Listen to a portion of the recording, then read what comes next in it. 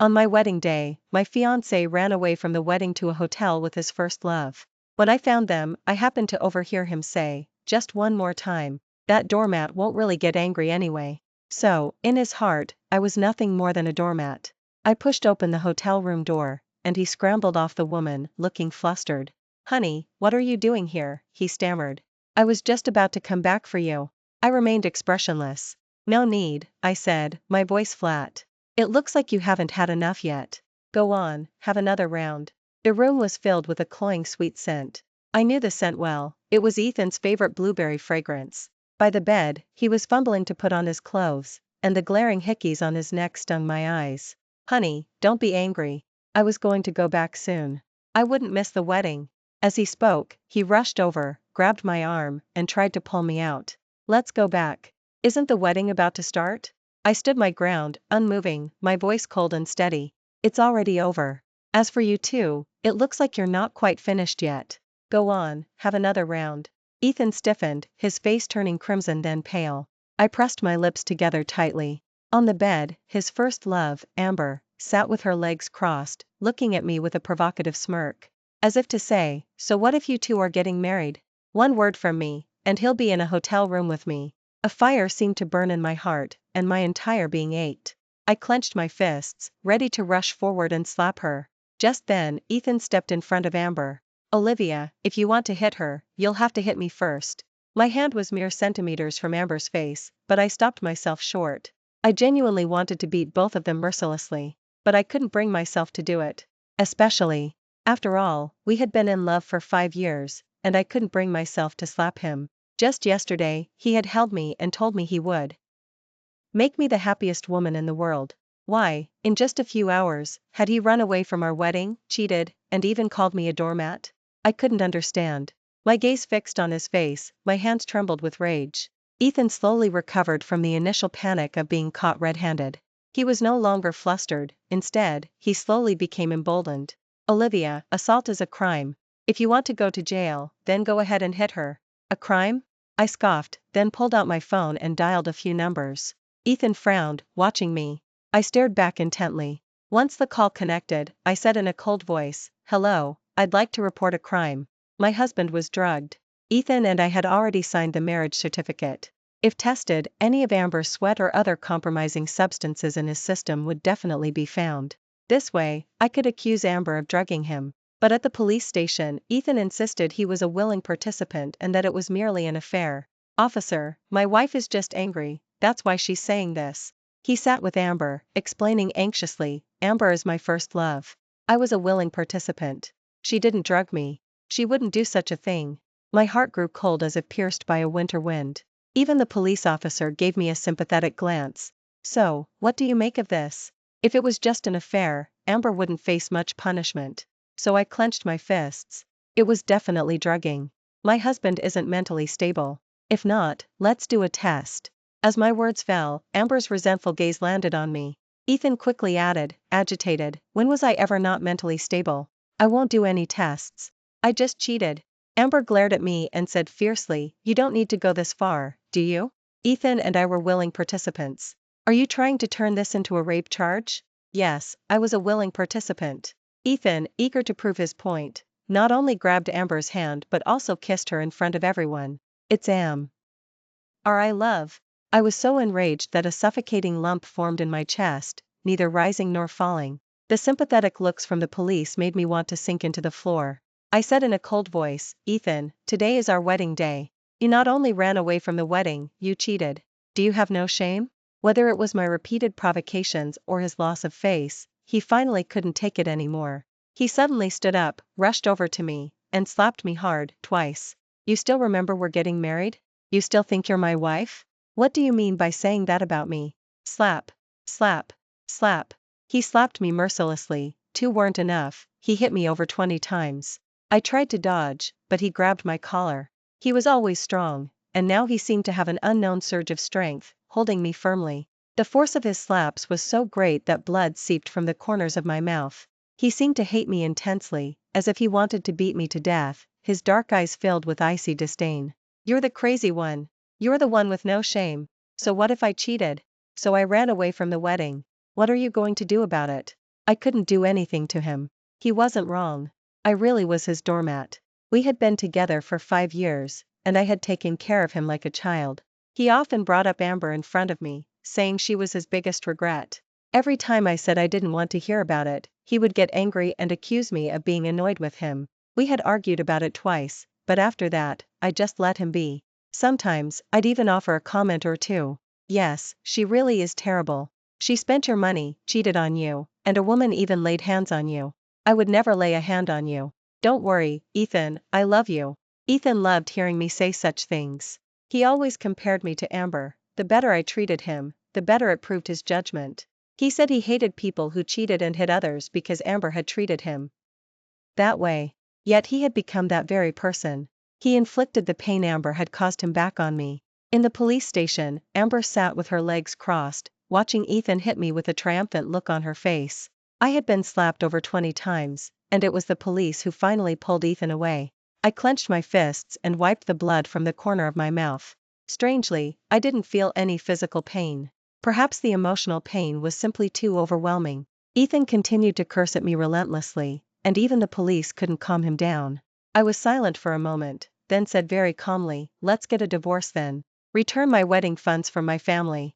My wedding funds from my family amounted to a staggering $880,000.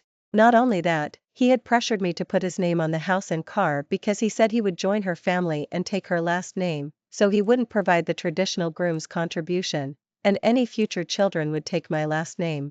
My family wasn't wealthy, and such a large sum was equivalent to draining all our savings, some of which was even borrowed. When asked for that much, I had objected, but he shut me down with a single sentence: "I'm marrying you, and our children will take your last name. You can't even do this much? If that's the case, why get married at all? My family has no money anyway, so you figure it out." When I went home and explained the situation, Robert smoked all night, deep in thought, silently. The next day, he was out all day. When he returned that evening, he handed me a debit card and the borrowed money. I choked back tears, saying I couldn't accept it, but he patted my shoulder and gave me a reassuring smile. "Daughter, as long as you and Ethan can have a good life together, that's worth more than anything. A man willing to join her family and take her last name proves he truly loves you. You must cherish him." Therefore, giving him this money outright was out of the question. Not just me. Robert and Eleanor couldn't accept it either. They still didn't know Ethan had cheated and were even worried something had happened to him. Before leaving, they had told me not to get angry, but to talk things through with him. If they knew Ethan had simply run away from the wedding to a hotel with someone else, they would surely faint from anger. The wedding had already begun. Now the only option was to reclaim the wedding funds from my family and the house and car to minimize our losses. But didn't agree with what I said. The house and car are half mine, half yours. As for the wedding funds from my family, there's no way I'm returning them to you. I've already spent it. I frowned, a bad feeling stirring within me. "Where did you spend it?" $880,000, you spent it all? Ethan pressed his lips together. "That's my money, and it's none of your business." His gaze flickered away, he took Amber's hand, and turned to leave. I tried to follow, but the police held me back. "Ethan is still hot-headed. Don't go after him for now. It wouldn't be good if another argument broke out. Let's just finish the report." I reluctantly sat back down. The officer handed me a cup of hot water, but I had no mind to drink it. I vaguely answered their questions, my mind consumed with where Ethan could have spent $880,000. About an hour later, my phone suddenly rang. I answered it distractedly, but instantly my face went white. On the other end of the line was Robert's frantic voice. "Olivia, come home quickly. Eleanor has fainted." I rushed back to the reception hall. A wedding without its main couple couldn't possibly continue. The guests had already left, leaving only a few relatives. The scene was chaotic, and I heard Ethan's voice from a distance. "Old woman, what's with the act? Let me tell you, I'm not giving back the wedding funds from my family." That stupid Olivia dared to call the police. Does she think I'm scared? My heart pounded, a chill rising from the back of my head. I rushed into the crowd. Eleanor lay unconscious on the ground, with a few relatives pressing on her philtrum. Robert was stomping his feet in anger. "Ethan, my family treated you well, didn't we? You've been with my daughter for so many years. Her mother even washed your clothes. How could you say such things? You ran away from the wedding, you cheated, and you brought your mistress here. What exactly are you trying to do?" Robert was trembling with rage as he spoke. Eleanor's health wasn't good, and his eyes were red with worry. Old man, you watch your tone. Amber stepped forward and violently shoved Robert. Robert was old and couldn't withstand such a shove, immediately stumbling backward. The relatives around us cried out in alarm, and my hair instantly stood on end. I quickly rushed forward and caught him. Robert, are you okay? Robert saw me, and his eyes welled up. The man who had always stood in front of me, shielding me from harm in my memories, seemed to have aged 10 years because of my wedding. My heart was twisted in agony. I hated myself for being so blind and choosing the wrong person, and regretted spoiling Ethan so much, which had made him so brazen. Robert, please go sit over there for now. I'll handle this. I lowered my head, fighting back tears, and handed Robert over to the relatives behind me. When I looked up at Ethan again, my voice was cold and sharp. There are still relatives here. Don't go too far. He scoffed coldly, showing no fear, his voice icy. Who's going too far? Who's asking me to return the wedding funds from my family? What's given to me is mine. Why should I return it? Didn't you say your relatives were all here? Perfect. As he spoke, he turned to face the people behind him and yelled, everyone, look. This is the child you raised. Is family so desperate for money? You want back the traditional groom's contribution you've already given? Shut up. I grabbed his wrist, my voice trembling with anger. Do you have no shame? Ho ran away from their wedding and cheated? Before I could finish, Amber had already rushed over. Get your filthy hands off him. She grabbed my arm, trying to help Ethan. My breath hitched, and I finally couldn't hold back, slapping her. No one expected me to suddenly strike. Amber was caught off guard and was knocked to the ground by my single blow. Ethan cursed loudly and tried to help her up, but my relatives held him back. I straddled Amber, grabbed her hair, and slapped her face repeatedly. I didn't hit you at the hotel, so you thought I was easy to push around, huh? And you dared to touch Robert? Today, I'll beat you until your own father wouldn't recognize you. Slap, slap, slap.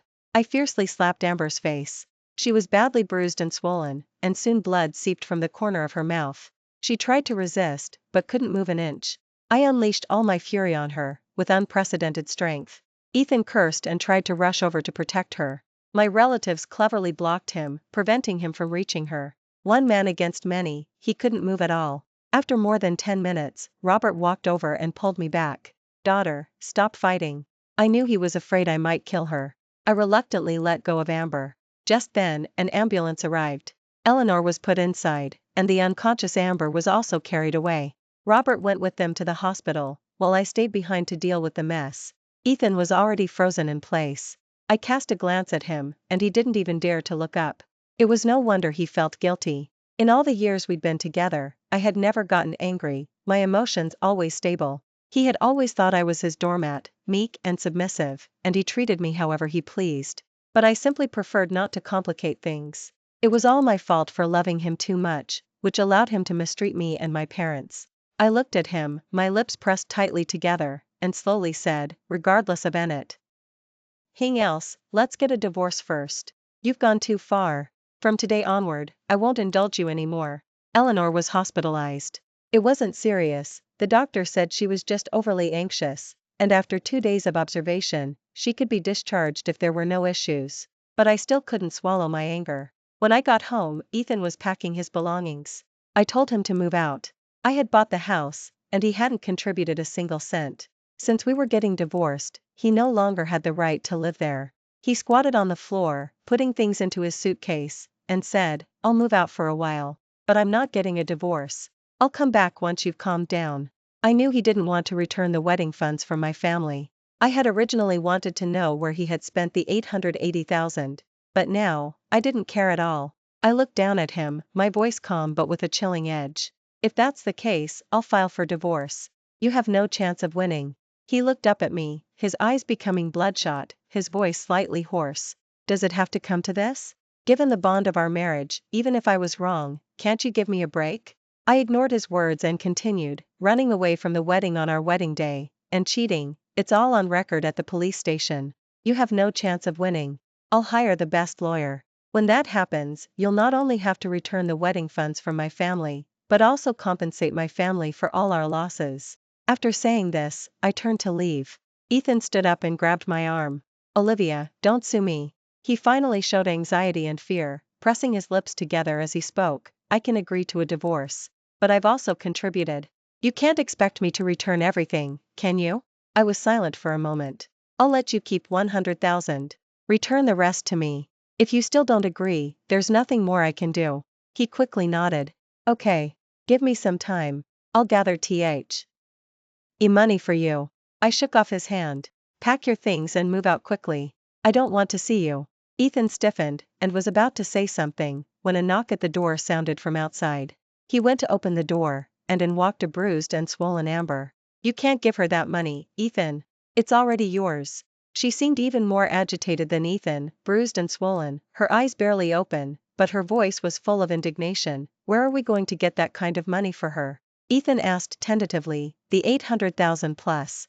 I gave it all to you for a car. If we just sell the car. No. Amber immediately interrupted him. The car will definitely depreciate. Selling it now is totally unsuitable. Besides, you own half of this house. Why should she make you move out? I realized then that extreme speechlessness could really lead to laughter. I curled my lips into a smile, and, with my arms crossed, looked at Amber. What, haven't you had enough beating yet? Still daring to spout nonsense?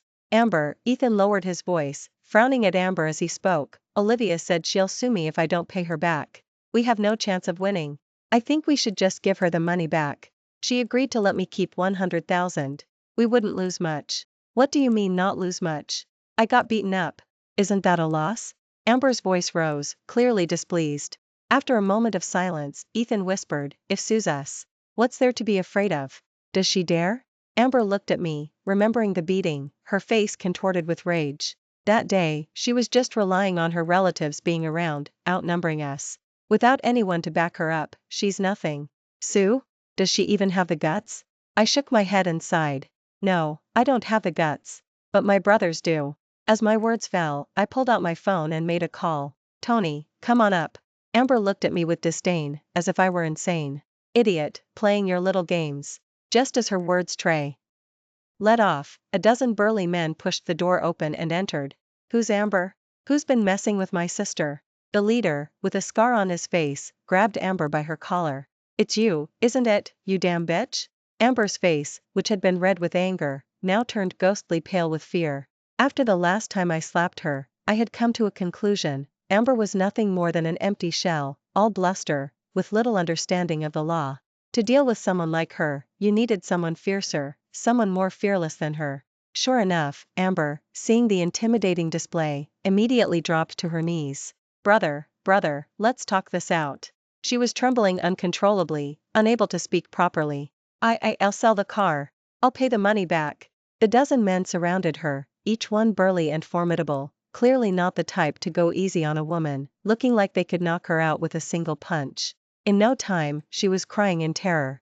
She sobbed softly, tears streaming down her face, and Ethan also knelt down, begging for mercy. Knowing that pleading with the men was useless, he cried and pleaded directly with me. Olivia, don't let them hurt her. For the sake of our 5 years together, please don't let them lay a hand on her. His voice choked with sobs. We'll go through with the divorce tomorrow. I'll make Amber sell the car and give you the money back. Please. Watching him cry hysterically, I felt an indescribable mix of emotions. I said nothing, and the men continued to pressure Amber. And you? What's your stance? So you're the one who was in a hotel room with my sister's husband? You're pretty bold, aren't you? As he spoke, the leader shoved Amber. The push itself wasn't serious, but it completely terrified Amber. She cried and screamed. It wasn't me. Ethan initiated it. He called me out to the hotel room. He said cheating on his wedding day would be thrilling. He forced me. Everyone looked at Ethan. He was first shocked, then disbelieving. Then his face went pale. He had never imagined that at this moment, Amber would throw him under the bus. The men looked at me, their eyes silently asking what to do.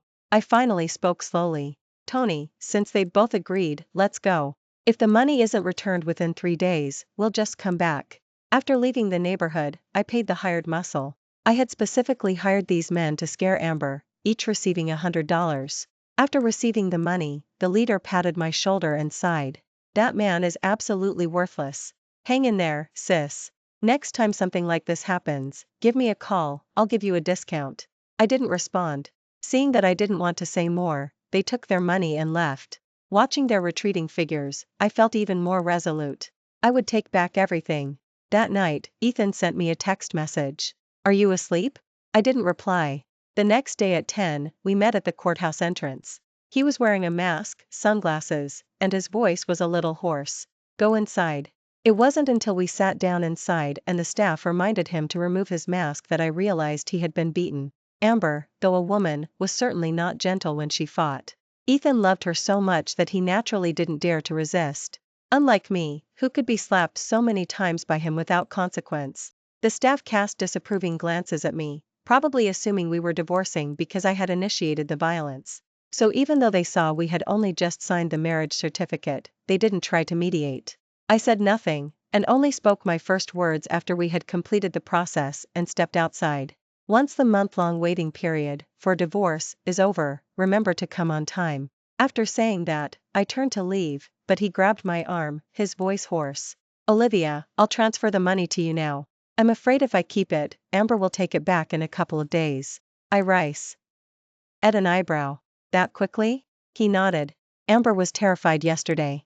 As soon as those men left, she went and sold the car for cheap. She lost 200,000 on the sale. I made up 100,000 myself. I'll transfer it to your debit card." His hand trembled slightly. A moment later, my phone vibrated, indicating the money had arrived. Only then did I feel relieved. At the courthouse, we had already agreed that he would not claim the house and car. I had it all on record. He couldn't deny it. Feeling better, I casually asked, "Did you get beaten?" His expression stiffened, and after a long pause, he said, "She took her anger out on me. She said it was all my fault." Oh. Serves him right. I had only asked out of politeness, and before he could finish, I lost interest. I turned, intending to leave. He grabbed my arm again. "Olivia, our mother, no, Eleanor, is she feeling better?" At the mention of Eleanor, my face instantly darkened. I turned my head and said in a cold voice, "You have the nerve to ask? If it weren't for you, would Eleanor have fainted? Amber wasn't wrong. It's all because of you, you jinx." Ethan walked away dejectedly. I, on the other hand, felt completely unburdened. With that, Ethan and I had finally reached an end. As for the 100,000 I let him keep, I considered it money for a gigolo's services for 5 years. I told Robert and Eleanor the news, and Eleanor's health had greatly improved. I had thought that Ethan and I would have no further contact, other than meeting to collect the divorce certificate later. But to my surprise, during that month-long waiting period for divorce, he started making trouble. He called me frequently, claiming Amber was abusing him again, and even sent me photos of his bruised and swollen face. At first, I replied a couple of times, "Spineless coward, I suggest you call the police." But later, not only did he not call the police, but he harassed me with increasing intensity, so I stopped replying altogether. I had nothing to say about such self-inflicted torment. A month later, we picked up our divorce certificate on time. He was quite cooperative, but after we left the courthouse, he grabbed my arm. "Olivia, I know I was wrong. I truly regret it. Amber now brings different men home every day. If I scold her, she and that man will beat me. Only after we separated did I realize how good you were to me. Olivia, if we're already divorced." I cut him off coldly, my voice devoid of emotion. "You don't need to complain to me. This is all your own doing. No one forced you to cheat." His eyes were bloodshot, his voice trembling. "Yes, I was wrong. You were so good to me. I'm such a beast." As he spoke, he gazed deeply into my eyes and asked cautiously, "Olivia, I regret it now. Would you still be willing to forgive me?" I was silent for a moment before slowly saying, "No need to play the victim. Ethan, I've already started going on blind dates." I really had started going on blind dates. I was 35 years old. I had bought a house and a car. Robert and Eleanor were getting older, and especially after being enraged by Ethan and Amber, their health was declining. They wanted to see me married. I also didn't want to waste any more time because of this Ethan situation. I firmly believed I was a good person. Even with a different man, as long as he was sincere with me and I with him, feelings could quickly develop. Fortunately, I hadn't given up on myself because of Ethan's running away from the wedding and cheating. Unfortunately, he started interfering with my blind dates. He followed me. After he found me meeting other men, he would burst in and ruin my blind dates. My date would walk away, speechless, and he would then sit in their seat. "Olivia, you can't go on blind dates. Can't I just try to win you back?" Knowing that playing the victim was ineffective, he started to act jovial. He seemed to have no idea how disgusting his behavior was. I spoke plainly, directly shattering his illusion. Do you think I'll always be your doormat? Now that Amber isn't treating you well, you remember me? Where were you when I was good to you? Have some self-respect. You don't deserve anyone's kindness. Amber hitting you? You deserved it. As a man, you didn't even dare to fight back. What a spineless coward.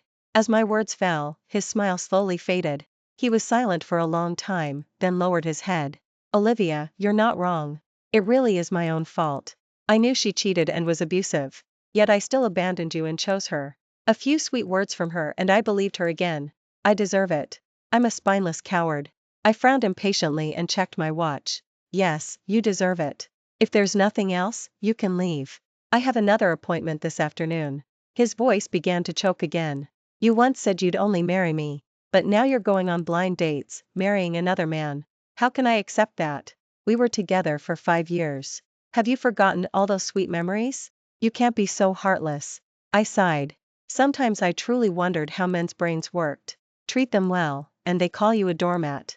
Break up decisively, and they call you a cruel, heartless bitch. I raised an eyebrow and said blandly, I haven't forgotten. But what I remember is you constantly bringing up Amber in front of me, testing my limits, and running away from our wedding to cheat on our wedding day. As I spoke, I touched my face. The more than 20 slaps you gave me, I will never forget them. Ethan's repentance was worthless. After all, in his eyes, I was just a doormat. Only appreciating something after losing it was probably a common human flaw. But I wouldn't indulge his bad habits. No matter what he said to me, I remained completely unmoved. There was no such thing as a regret pill. And the world didn't revolve around him. 2 more months passed, and Ethan's emotional state grew increasingly unstable. Before, he would call me every few days, but now it was almost daily. He was always crying, a suppressed, broken sob. Until the last time, he didn't cry. Instead, he was calm, even somewhat excited. Olivia, I finally got rid of her. Amber and I broke up. For some reason, when he finished speaking, my heart sank with a thud. I had a very bad feeling. But I didn't dwell on it and hung up the phone. The next day, I hurried to meet a man I'd been on a blind date with previously and had found quite agreeable. On the way, out of the corner of my eye, I saw Ethan still following me. I frowned and decided to be extra nice to the man later, to make Ethan give up. With that thought, my pace quickened. Suddenly, something unexpected happened. A black sedan swerved sharply and headed straight for me, moving so fast it was clear the driver intended to kill me. I froze in place, forgetting to move. Because inside the car, I saw Amber's distorted face. I couldn't read lips, but in that moment, I inexplicably understood what she said. She said, Olivia, you made me lose everything. I'm going to kill you. Bang, a deafening crash sounded as the car slammed into a lamppost. And I was tightly shielded beneath Ethan, who had rushed over. I opened my eyes wide. He looked at me with bloodshot eyes, his voice ragged and broken. Idiot, why didn't you move? After saying that, his head slumped, and he passed out. I quickly checked him, and then froze in shock. Ethan's legs were completely covered in blood, staining his pants crimson. His legs were ruined. At the hospital, Ethan was taken into the operating room. The doctor told me the steel pins in his legs didn't guarantee he'd walk again, and he might have to use a wheelchair for the rest of his life. I closed my eyes, my mind utterly blank. At the same time, the police called. Amber had been driving under the influence, committed attempted murder, and fled the scene. She had been temporarily detained and would be transferred to court in a couple of days, likely facing a life sentence. I sat on the long bench, my emotions impossibly tangled. I hated Ethan, yet he had saved my life. I couldn't decipher the feeling in my heart. I furrowed my brows. 3 hours later, the surgery ended, and Ethan was wheeled out. He was still unconscious, his face ghostly pale. I closed my eyes, then followed the doctor as he was wheeled into a ward. In the hours waiting for him to wake up, time crawled. I imagined countless possibilities. What if he truly couldn't walk again? What if he used this to threaten me and force me to marry him? But a few hours later, Ethan woke up. He looked at me silently for a moment, and his first words were, "It has nothing to do with you. Don't blame yourself." I pressed my lips together. His voice raspy, he continued, "When I pushed you away, I already anticipated this outcome. I even thought I would die. Not dying now should make me happy, right? I took care of Ethan in the hospital for 2 months. My blind date also fell through. During those 2 months, we silently avoided discussing our future. His leg was broken, but he smiled every day. Because I would ask him what he wanted to eat or drink, just like before, and as soon as he said it, I would go buy it immediately. The entire hospital became a virtual fantasy world designed for him, where he was still Ethan, the man who was going to marry me. Until the doctor said he could be discharged. He was smiling, but tears were streaming down his face. Olivia, you know what? For these past 2 months, it felt like we were back together.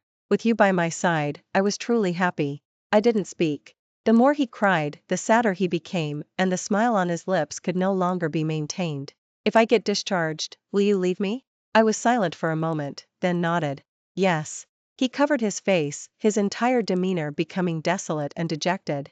After a long moment, he said, will you take me to see Eleanor? I want to apologize to her. I shook my head. You saved my life, you'd aunt owe me anything. There's no need to apologize. And doesn't want to see you at all. Ethan still insisted on seeing Eleanor. Whether she hits me or scolds me, I just want to apologize to her face to face. I couldn't talk him out of it, so I gave Eleanor a heads up and brought him home. Regardless of everything else, he did save my life, and he broke his leg. So, when we arrived at my place, Eleanor was quite polite to him, making a full meal. Robert locked himself in the bedroom, refusing to see him. Everything was fine during dinner. Until served him a dish. He couldn't hold back his tears anymore. Eleanor, I'm so sorry. I was such a jerk before, I let Olivia down, and I made you sick with anger. He choked out, his voice soft. If I could do it all over again, I would never have listened to Amber. I would have made things work with Olivia. Hearing his name, Eleanor's face instantly darkened. She put down her chopsticks and said in a cold voice, Ethan, the only reason I let you into this house and cooked for you is because you saved my daughter. But think about it carefully, didn't all of this happen because of you? If you hadn't cheated, would Amber have wanted to run over my daughter? As she spoke, Eleanor's voice also began to crack. It wasn't just out of anger, she used to be genuinely good to Ethan. You wanted money, a house, and a car, what didn't our family give you? But you? Not only did you treat my daughter like a doormat, you also ran out on the wedding, cheated, hit my daughter, and brought your ex-girlfriend to the wedding venue to cause a scene. With every word Eleanor said, Ethan's head sank lower. By the end, his head was almost buried in his bowl. His shoulders heaved, and he cried, Eleanor, you're right to scold me. I'm an animal. With that, he suddenly raised his hand and started slapping himself hard. I hit Olivia for Amber back then, and now I'll pay for it. Slap. Slap. I grabbed his wrist, stopping him. Ethan, that's enough. We're even. From now on, live for yourself. As I walked Ethan downstairs, the neighbors were all gossiping. That's him, yes. He didn't know how good he had it. Now he's broken his leg, it's karma. I heard he ran out on the wedding to go to a hotel with someone. Shameless. Ethan's face grew paler and paler. The voices weren't quiet, he could naturally hear them. I quickened my pace and got him into the car. We didn't speak again during the drive. When we arrived at his house, I gave him a debit card. This debit card has 100,000, and with your insurance payout, it should be enough for you to live on. He didn't take it, shaking his head. No, thank you. You've already given me more than enough. I was silent for a moment, then placed the debit card on the coffee table. Let your parents take care of you from now on. Let's not contact each other anymore. With that, I turned and walked towards the door. Behind me, Ethan called my name, Olivia. I stopped, but he said nothing more. After what felt like an eternity, he finally choked out, from now on, I hope you find happiness. I didn't turn back, just lowered my gaze. I will. With that, I walked out and closed the door. The sun was just right, warming my skin. I pulled out my phone and blocked all of Ethan's contacts. From now on, I'm sure I'll meet a man who truly treats me well. Someone who won't run out on the wedding, won't cheat, and doesn't have an ex he can't forget. I will. My life is just beginning. Thank you for watching today's story. If you enjoyed this video, please give it a like and share it with your friends. We look forward to hearing your thoughts in the comments. Feel free to share your perspectives, and don't forget to subscribe to our channel for more exciting stories. See you next time.